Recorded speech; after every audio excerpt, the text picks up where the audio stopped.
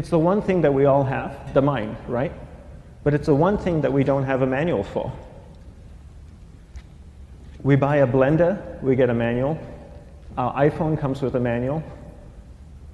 We get a car and it has a manual.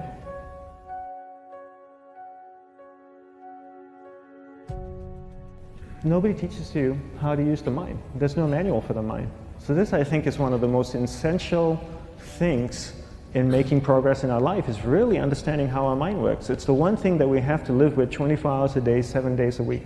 We have no choice. Imagine if most of you slept 8 hours a day, which most of you don't. You slept and you were awake 16 hours a day. In the 16 hours you practice your awareness just randomly moving from one thing to another, to another, to another. All day practice being distracted. What would you be good at after 6 months? You did the 16 hours a day, you just allow your awareness to jump from one thing to another, to another. I'll tweet right now, I'll switch to text messaging, then I'll go to email. Oh, my phone's ringing, so I'll answer the phone. And then somebody's speaking to me, so I'll have 2 conversations at one time. And I'll just do this 16 hours a day, 7 days a week. So you get it being good at distracted. After 1 year, you're an expert at being distracted. After a year and a half, they'll invite you to give keynote talks on being distracted. You're so good, you practice 16 hours a day. So the same works for the opposite. If you practice being concentrated 16 hours a day, what would you become good at? You become good at concentrating. And all it takes is practice. By just doing one thing at a time. Keeping your awareness on one thing at a time. And you integrate this into everything that you do in your life. So the best way to do it is pick a few opportunities in your everyday life. For example, we all speak with people. When I speak with somebody, I give them my undivided attention. I keep my awareness on them, and the conversation is really brief. Why? Because we're concentrated. We're not being distracted. A 10-minute conversation normally just takes 3 minutes because you're just so focused. I define concentration as the ability to keep that awareness on one thing for a prolonged period of time. So if I can keep my awareness on Eric and not drift away and think about the wedding, or drift away and think about the vacation, or what I'm going to do later, then I'm concentrating on Eric. Every time it drifts away, I bring it back. And the more I practice this, the more I practice concentration. So concentration is the ability to keep your awareness on one thing for a prolonged period of time. And that's a very simple definition of concentration. How do you get better at concentration? You practice this. You practice this 24 hours a day, 7 days a week. And it's the only way to get good at it. And what's the best way to practice it?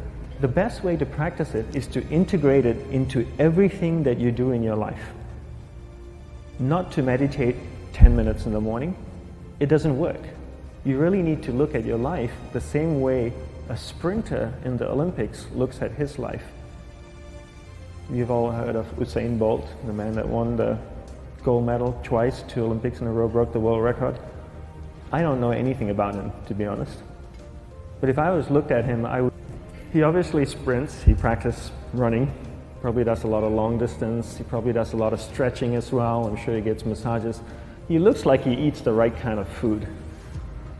Drinks the right amount of water, takes vitamins. His whole day is so disciplined. For what? To prepare him for 9.57 seconds. I think that's what the world record is, right? For 100 meters, 9.5 or 9.57 seconds. His whole day is preparing him for that short time, not the other way around. A lot of people say, you know what, I need to be more concentrated. So you know what, I'm going to meditate in the morning, I'll sit down for 2 minutes. Okay, now I'm Zen master.